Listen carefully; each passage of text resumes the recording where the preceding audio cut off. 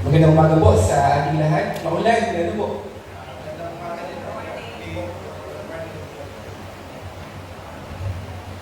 Ako po ay nagpapasalamat sa Diyos sa pagkakataon at pribilehiyo na maging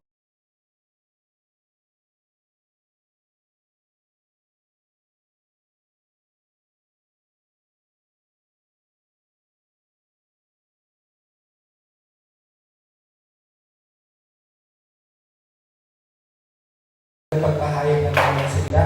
Kagaya po ng nabanggit, ito po ay pribilehiyo at ito po ay kagalakan para sa akin. Tagumpay po ang ating Diyos.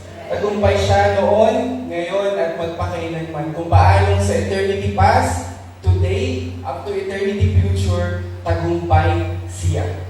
At sa biyaya niya, kinupkup niya tayo sa tagumpay na yun. Inampun niya tayo, inayudahan niya tayo para maging kabilang tayo sa tagumpay ng ating Diyos.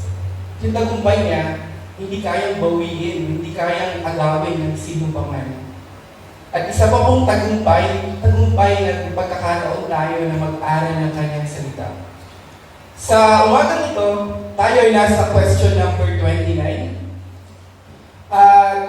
Quick survey. Sino po nakapakinig ng question number 1 up to question number 28? Pwede pong pataas ang kamay.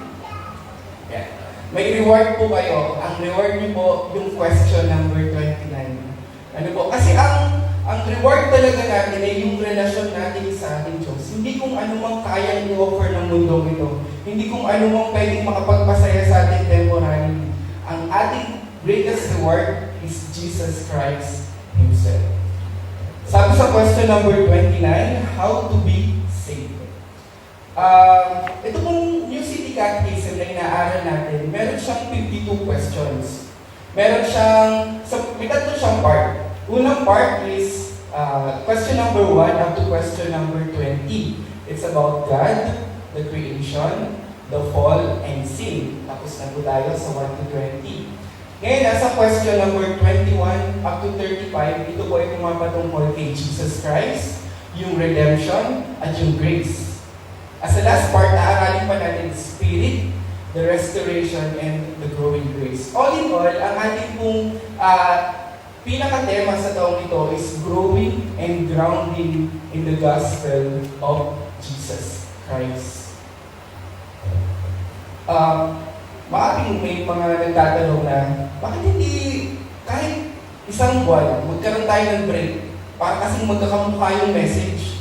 Bakit hindi natin aralin how to have a prayerful church, how to have a lively youth, or how to be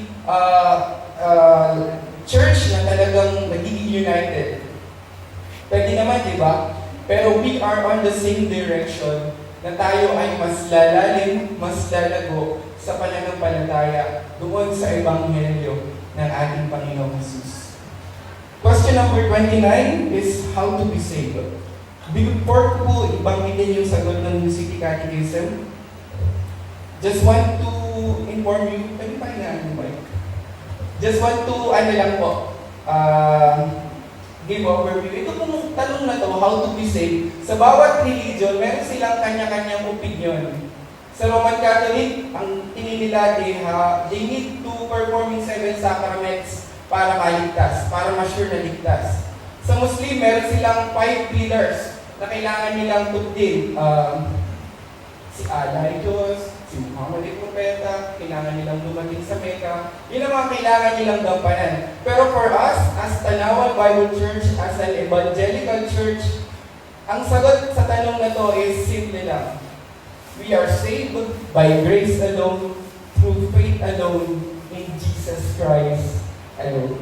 Sabi ng New City Catechism, how to be saved?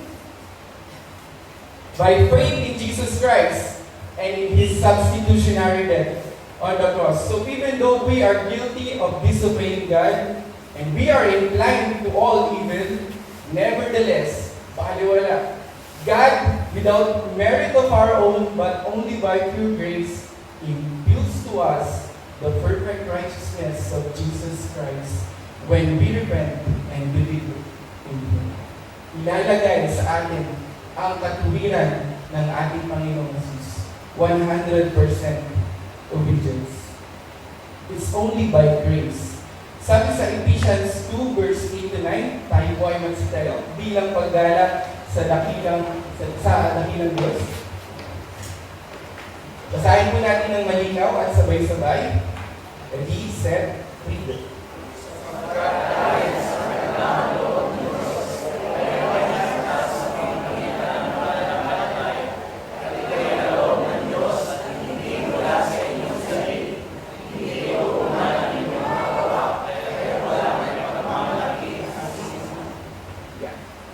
The abundant grace of God. Mari na po tayong umupo. It's all about the grace of God. Marahil meron ding mga magkukomento na ang grace ulit ang pag-uusapan natin. Parang grace din yung tinuro ng mga nagkaraang linggo. Parang alam ko na yan, grace lang yan. Pero para po may tuwid ang kaisipan na yun, tayo ay mayroong Diyos na mayaman, sagana sa biyaya niya. Just to illustrate, parang naglalangoy sa isang infinity pool, ang hirap abutin ng flooring, ang lalim-lalim. Ganoon ang grace of God. Kung akala mo na naiintindihan mo na kung gaano kalawak, kalalim, at kahaba ang pag-ibig ng Diyos, diyan tayo nagkakamali. Napakalawak pa sa kaya natin unawain ang grace of God. Amen? Kung akala natin, alam na natin yung grace of God, para tayong naglalaway sa isang kiddie pool, ang babaw-babaw ng tingin natin sa grace of God. Pero for us, ang aking pong panalangin at ang pag-asa ko po, tayo po ay lalago bilang isang iglesia na magbibigay ng kapurihan sa ating Diyos. Tayo po ay manalangin. Panginoon, kami po ay nagpapakumbaba, nagpapailalim sa inyo pong kapangyarihan. Kami po ay walang saysay at walang pagtutumuhan kung kami po ay hiwalay sa inyo. O aking Diyos, sa iba't ibang kalalagayan namin bilang magkakapatid, alam ko po na kami po ay kinakatagpo mo. May pangungusap ka para sa amin. Tulungan mo po kami maunawaan, may bukas ang aming pong puso sa kung ano ang naisin mo, hindi kung ano ang nais lang namin na makampan sa'yo, kung ano ang itinuturo mo, kung ano ang kalooban mo. Panginoon, wala isa sa amin ang karapat-dapat, pero dahil sa yaman at sagana ng iyong biyaya, nandito kami Panginoon. At tulungan mo po ako aking Diyos, that the words of my mouth and the meditation of my heart be pleasing to you, Panginoon. Salamat po sa pangalan at sa pamamagitan ng Panginoong Jesus. Amen. We are saved by grace through faith. Tayo po ay magsimula sa overview ng Ephesians. Before po ang overview sa Ephesians, gusto po lamang bigay po ng sigurado, marami ang mag-a-agree sa inyo na tayong lahat dumadaan tayo sa punto or sa lakbayan nating mga mananampalataya na parang hinang-hina, parang walang-wala, or parang talong-talo. Amen? Parang isang bata na may gusto kong makamtan, pero dahil ikaw ay bata at wala pang kakayahan financial, hindi mo kayang bilhin lahat ng gusto mo. Or kaya isa kang financially able, pero dumadating yung punto na parang kailangan mong humirap pa sa iba. Parang may gusto kang gawin o puntahan, pero kailangan mo pang humirap. Or kaya ikaw is may sakit, or dumating yung news sa'yo na may sakit ka, ay hindi mo kayang gawin ang lahat ng bagay. Same sa ating spiritual aspect. Minsan, darating sa atin bilang mga mananampalataya na parang hinang-hina tayo, na parang talong-talo tayo, parang walang-wala, parang dry na dry ang aking Christian life. Parang yun na lang ng yun ang aking buhay pananampalataya. Parang hindi ko natatanggap kung anong gusto kong matanggap sa ating Diyos. Kapatid, hindi abnormal ang pakiramdam na yan. Hindi abnormal na magkaroon tayo ng ups and downs, roller coaster sa buhay natin bilang mga mananampalataya. Normal yan. Pero ang hindi normal ay yung magpapatuloy tayo sa pagtingin sa kung ano yung problema o bigatin harapin natin sa buhay. Doon tayo titingin sa kung sino yung kasama natin sa ups and downs ng buhay natin bilang mga mananampalataya. At ang kasama natin ay ang Diyos na nagmahal, nagligtas sa atin. Ang Ephesians po ay sinulat ni Apostol Pablo. Setting, siya po ay nasa kulungan. Kung sino ang dapat na hinangina, walang-wala o talong-talong, siya pa yung nag-encourage sa mga taga-Efeso. Nakilala niya po ang mga taga-Ephesians nung siya ay nasa missionary journey. Sa Acts chapter 18 to 19, nakilala niya una si Priscilla ay Aquila. And then after ilang taon, siya na yung nagpasimula sila ng gawain doon sa Ephesians. Mayroon pong dalawang malaking pangunahing bahagi ng Ephesians. Sa Ephesians 1 to 3, ito po ang tinatawag na Gospel Indicatives. Sabay-sabay nga po, Gospel. Sa Ephesians chapter 4 to 6, ito naman ang tinatawag na Gospel Imperatives. Okay po? Sa unang part, mapatungkol sa theological na bahagi ng Efeso. Sa pangalawang part, ito ay ang mga practical na bahagi. Kung paano naintindihan ng mga mananampalataya ang gospel indicatives, handa na nilang sundin yung gospel imperatives.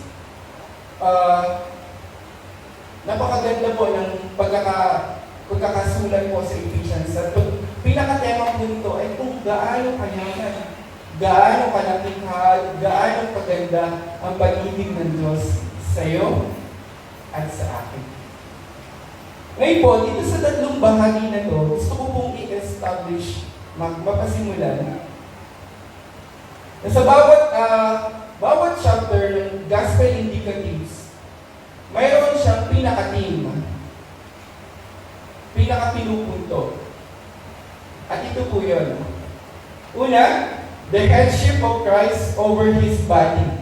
Sabi dito, sa Ephesians 1, chapter 20, verse 22 to 23, ipinailalim ng Diyos sa paa ni Kristo ang lahat ng bagay at ginawa siyang ulo ng lahat ng bagay para sa Iglesia, na siyang katawan ni Kristo, ang kapuspusan niya na pumupuno sa lahat ng bagay.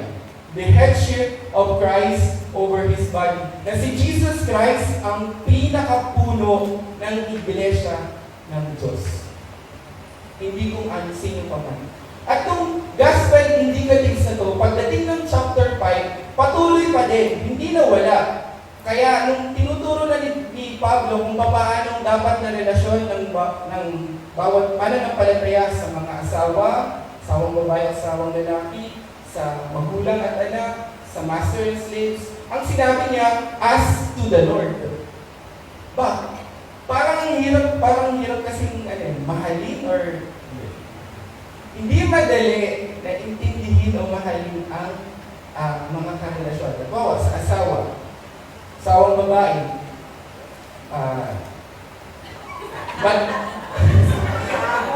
tayo ay pinapaalalahanan na mahalin tayo as to the Lord. Ganon din sa mga asawang babae, pinapaalalahanan, mahirap mag-submit sa mga asawang lalaki. Amen? Mahirap mag-submit sa isang lalaki na alam mong laging siya lang iniisip. Pero sinabi, pinaalalahanan, submit as to the Lord. Ganun din sa mga children and parents, master and slaves, as to the Lord.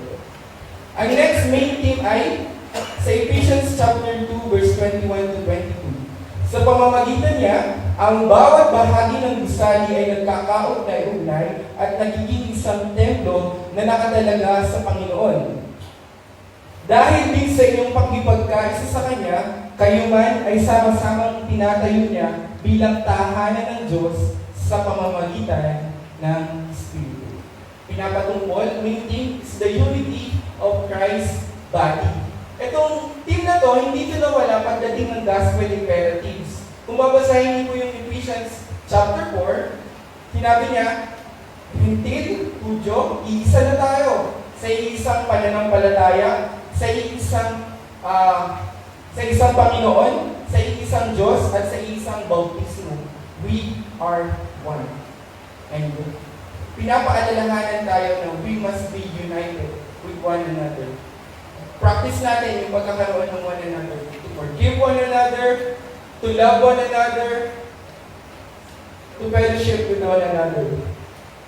Tapos pagdating po ng last part ng Ephesians chapter 4, sinabi doon, do not grieve the Holy Spirit.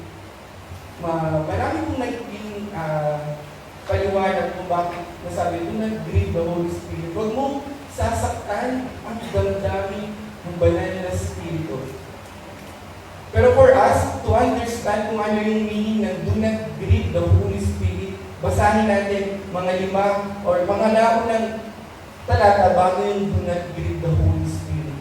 Ang sabi doon, paano natin nasasaktan ang damdamin ng banal na Espiritu? Kapag nagsasalita tayo ng against sa ating mga kapwa mananampalataya. Leaders to members, members to leaders, mga corrosive or toxic words na binabanggit natin sa ating mga kapwa mananampalataya, nasasaktan ang banal na Espiritu. At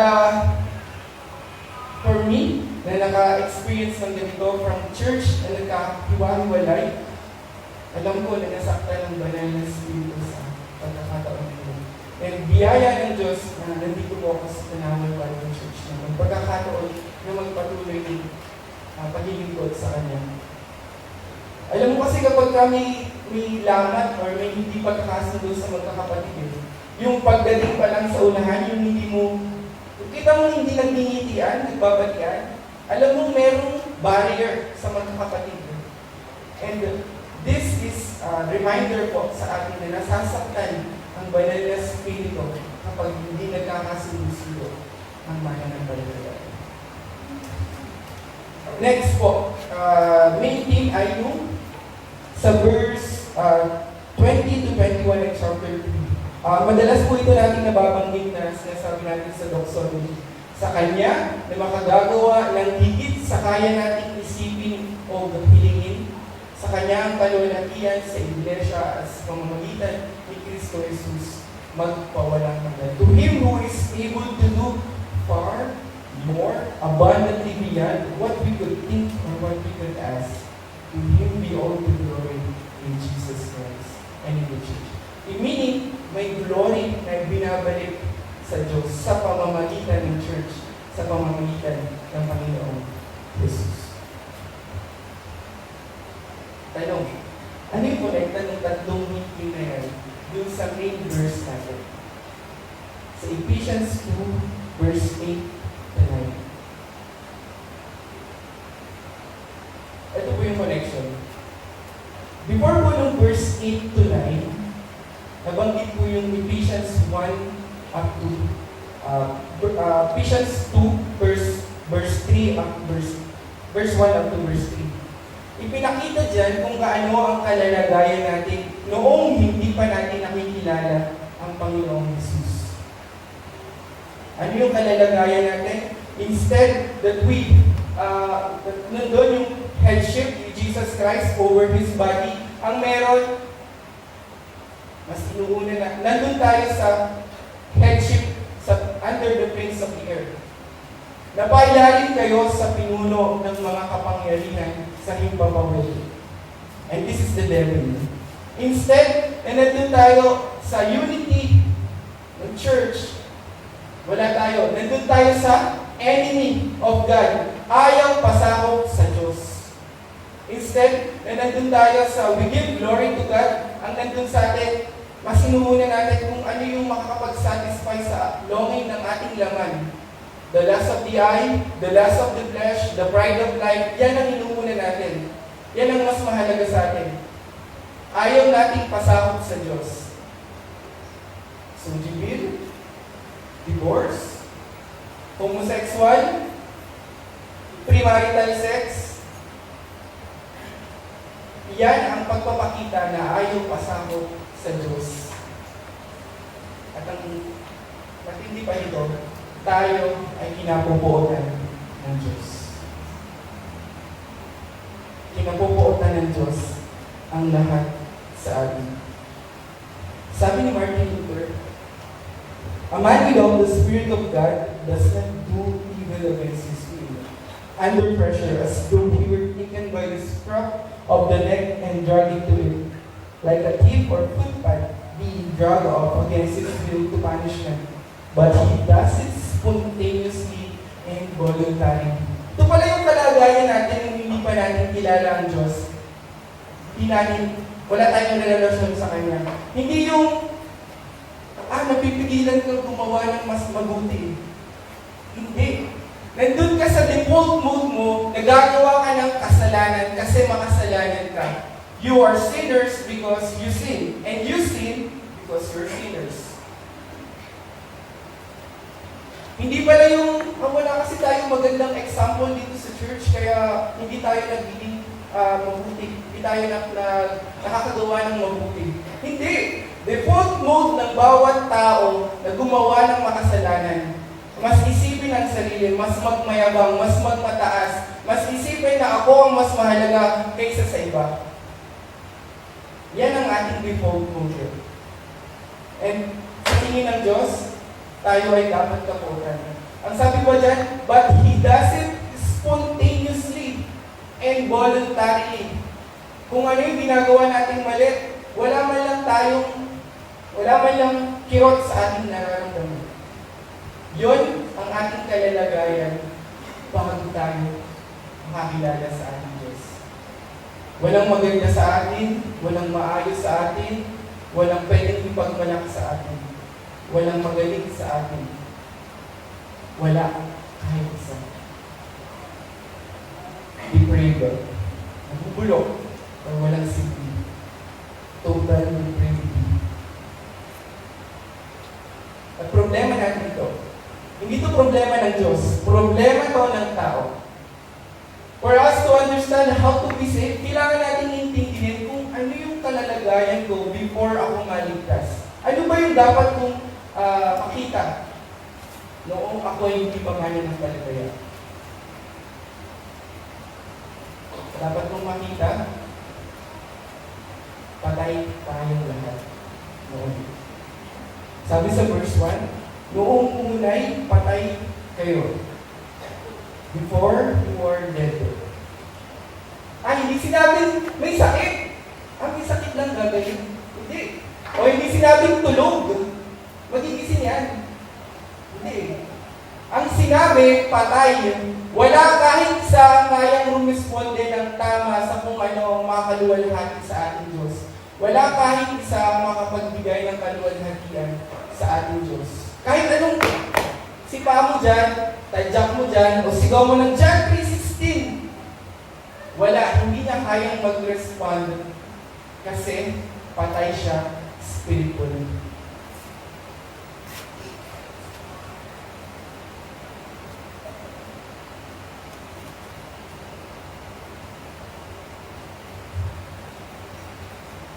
Pero pagdating ko ng verse 4, sabi ko sa verse 4, but God. Subalit napakasagana ng habag ng Diyos, napakadakila niya sa atin. Hindi natapos hanggang verse 3 lang. May verse 4, but God. Meaning, ang Diyos ang gumawa ng paraan. Wala ni isang ginawa natin ang magkakaroon ng ambag para sa ating kaligtasan. Ang sinabi dyan, subalit napakasagana ng habag at napakadakila ng pag-ibig niya sa atin. Yung dating patay, tayo ngayon ay buhay na. Yung dating under ni Satan, tayo ay tinutulog niya na sa kanyang kaharian.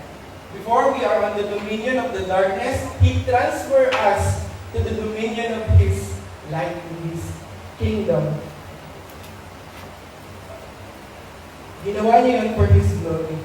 Sabi sa verse 7, ginawa niya ito upang sa darating na mga panahon ay maipakita niya ang hindi masukat na kasaganaan ng kanyang magandahang loob sa kabutihan niya sa atin sa pamamagitan ni Kristo Jesus. kulang pala at hilaw kapag ang pagpapahayag ng mahal na mahal ka ng Diyos, kaya ka niligtas. Napakabait ng Diyos sa iyo. Gusto ka nang niligtas ng Diyos. Kulang, hindi buo. Ang kabuuan noon, niligtas na tayo para makita na at mailadha na ang ating Diyos ay sagana sa biyaya at mayaman ng pag-ibig. At ito yung mensahe last week. Diba? Biyaya ng Diyos kung kaya tayo ay naligtas. Yung tanong po na how to be saved, at sasagutin natin by grace alone, through faith alone, in Jesus Christ alone. Ang sa atin po kasi, nahihirapan tayo minsan hindi. Kasi we live in the culture na parang kung ano yung performance ko, may kapalit yan. Parang namulat tayo sa ganung culture. To illustrate po. Sino yung mga young youth?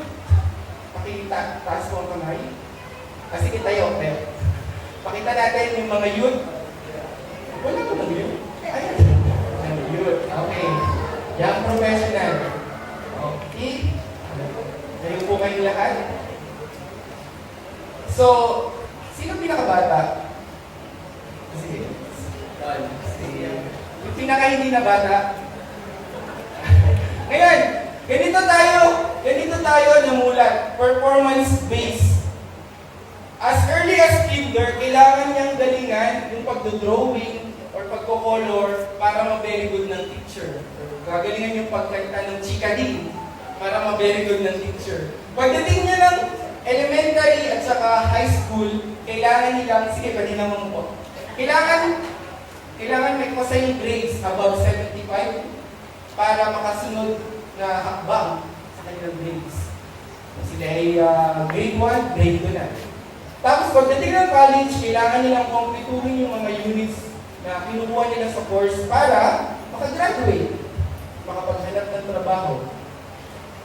Tapos, pagka nanliligaw na sila, or may gusto silang, may gusto tayong maging boyfriend or girlfriend, mag-e-effort ka. Kailangan mong ipakita na worth it siya. Yung parang Taal hanggang San Roque, maning-mani lang yun. Kasi maganda siya eh. Laging maganda siya. Wala yun. Kasi ipapakita mong gusto mo siya.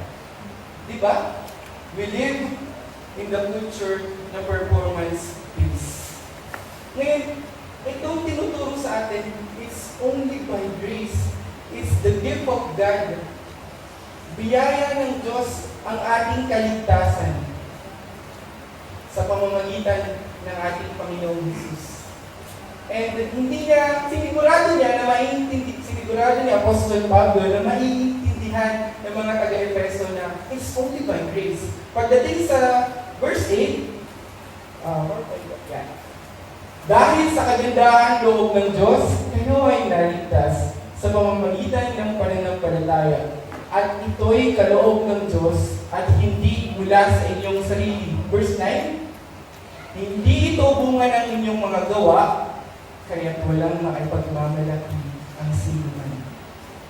Sinigurado ni Apostol Pablo na maiintindihan kasi inulit niya ulit yan. Binanggit niya na sa mga unang talata, binanggit niya ulit dito sa verse 9. Kasi kapag ang tingin natin is our works, kung kaya tayo maliligtas, magkakaroon tayo ng pagkukumpara. Mas matagal na akong mananampalataya. Mas sigurado ang paligtasan ko. Mas lagi akong nag-church. Mas maliligtas ako. Kaya mas malaki yung pananampalataya ko kumpara sa kanya. Nagkakaroon ng pagyayabangan o pagpapamalakihan. Yun ay pinipigil ang sinansansala na sa talatang siyam. Ang sabi ay, oops, ito ay bunga ng biyaya ng Diyos at hindi ng inyong mga gawa. Kaya walang may pagmamalaki ang sinuman. Kung ano tayo ngayon, kaligtasan na meron tayo, gawa ng Diyos sa pamamagitan niya. at para sa Kanya. Ang kaligtasan na ating. So for our application, kung assignment po yung Ephesians 4-6, pero just to summarize, know Him more. Kilalanin natin siya. Mas magkaroon tayo ng pagpapasalamat kung sino siya at kung ano yung mga ginawa niya para sa atin. Know Him more. Mag-attend tayo ng church, ng Bible study, para mas makilala natin kung gaano kayaman at kasagana ang biyaya ng Diyos na ibinigay sa iyo kahit hindi tayo karapat-dapat. Know Him more. Kasi He's worth it na makilala natin. Continue trusting Him. Magkaroon tayo ng pananalangin. Pagpapakita na hindi tayo nagmamalaki, yung pagpapailalim natin sa Kanya, nagsasubmit tayo sa Kanya sa pamamagitan ng pananalangin, sa pamamagitan ng pagpagtitiwala sa Kanya. And unity in the church as the body of Christ. Magmahalan tayo bilang magkakapatid.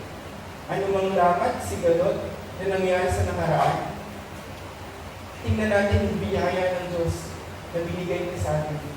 And hindi papantay kung ano man yung sigalot natin bilang mga mananampalataya dun sa laki ng biyaya na binigay ng Diyos sa atin. At ito, ang mabuting balita sa atin lahat. That we are saved by grace through faith alone. To end po, I want to illustrate this by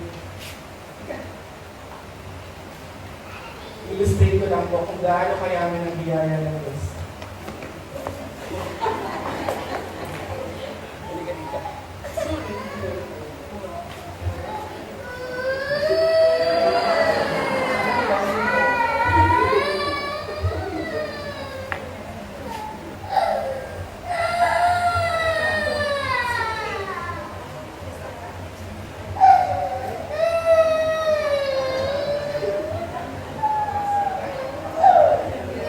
Okay.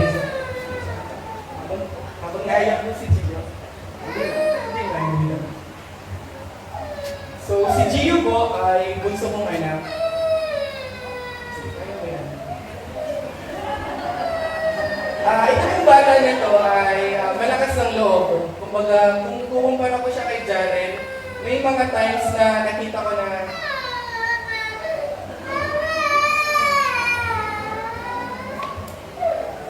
practice pa naman tayo.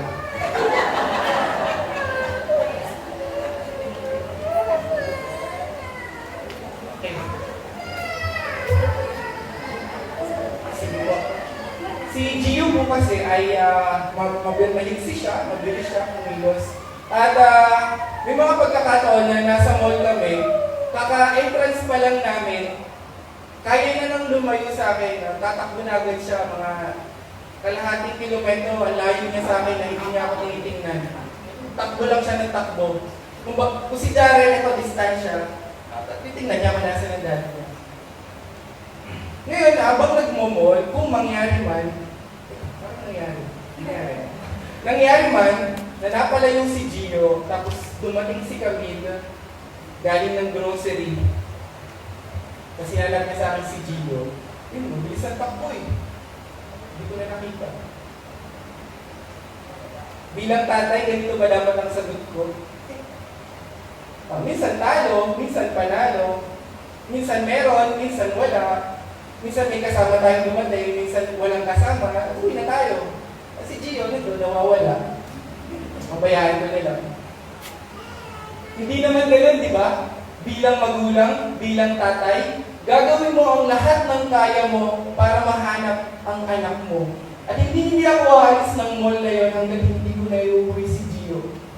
Ganun din ang biyaya ng Diyos sa ating lahat. Na siya, na tayo na naligaw, na tayo na napalayo sa Kanya, tayo pa din ang inabot ng Diyos, tayo pa din ang ginawa niya ng paraan para maligtas tayo. Hindi na tayo yung argumento pa na ito yung mga pinili, ito hindi pinili. Hindi na tayo sa parte na yun. Doon tayo sa parte na tingnan natin yung biyaya ng Diyos sa'yo. Yung biyaya niya hindi mo masusukat-sukat kasi mahal ka niya at anak ka niya. And we are saved by grace alone, through faith alone. May kanta po tayo kanina na masuway, nagbubulan. Kantahin natin yun in a way na joyful. Yung parang, wow, ikaw ang tatay ko na hinanap ako. Ikaw yung Diyos na hindi ako pinabayaan. Na hindi ako iniwan. Tinuwid mo ako. Wow, salamat po, Panginoon. Salamat po, Panginoon Diyos. Tayo po'y manalangin. Panginoon, salamat po sa ganda at salamat ng iyong pong biyaya. Kami po ay nagpapasalamat sa inyong pagpapakilala sa amin ng iyong biyaya na ito. At sa amin bilang mga mananampalataya, sa lakbayin namin, Panginoon, yes, there are times that we fail, but your grace is greater. Your grace is far more abundantly beyond greater po sa aming pong buhay. At kami po ay nagpapasalamat sa katotohanan na ito at hindi ito magbabago kailanman. Tulungan mo po kami mag-respond sa katotohanan na ito. Tulungan mo po kami nalulutulog sa inyo po. Magbigay kami ng kalulatian sa Diyos na kami inabot, kami hinanap, kami niligtas. Salamat po sa pangalan at sa pamamagitan ng Panginoong Jesus. Amen. God bless po.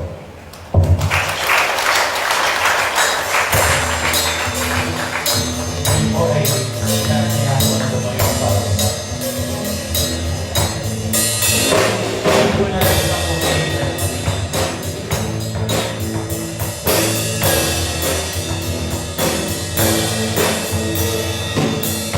Sa pagmamahal ng Diyos, sino ang mabalik?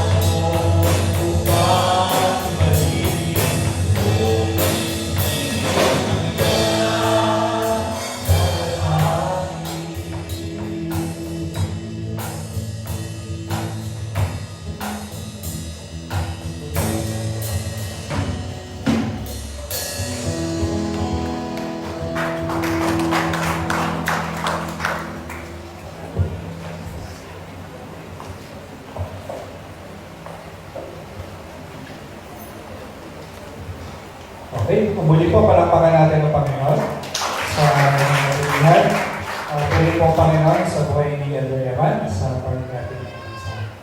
Okay, at parte po ng ating pananambahan ay ang ating tithes and offering.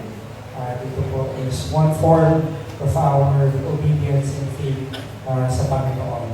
At para po sa kalaman ng bawat isang fund po na ating nakukulit, yung binibigay po for tithes and offering, ay nagiging paraan po upang ito po yung nagiging suporta sa mga gawain ng Tanawa Bible Church tulad ng mga missionary works, ministry activities, ganun po yung lahat po ng expenses natin ito. Yun po ay isang paraan upang makasupport po sa mga bagay na yun. Sa gawain po natin ito ay maalala po na ito po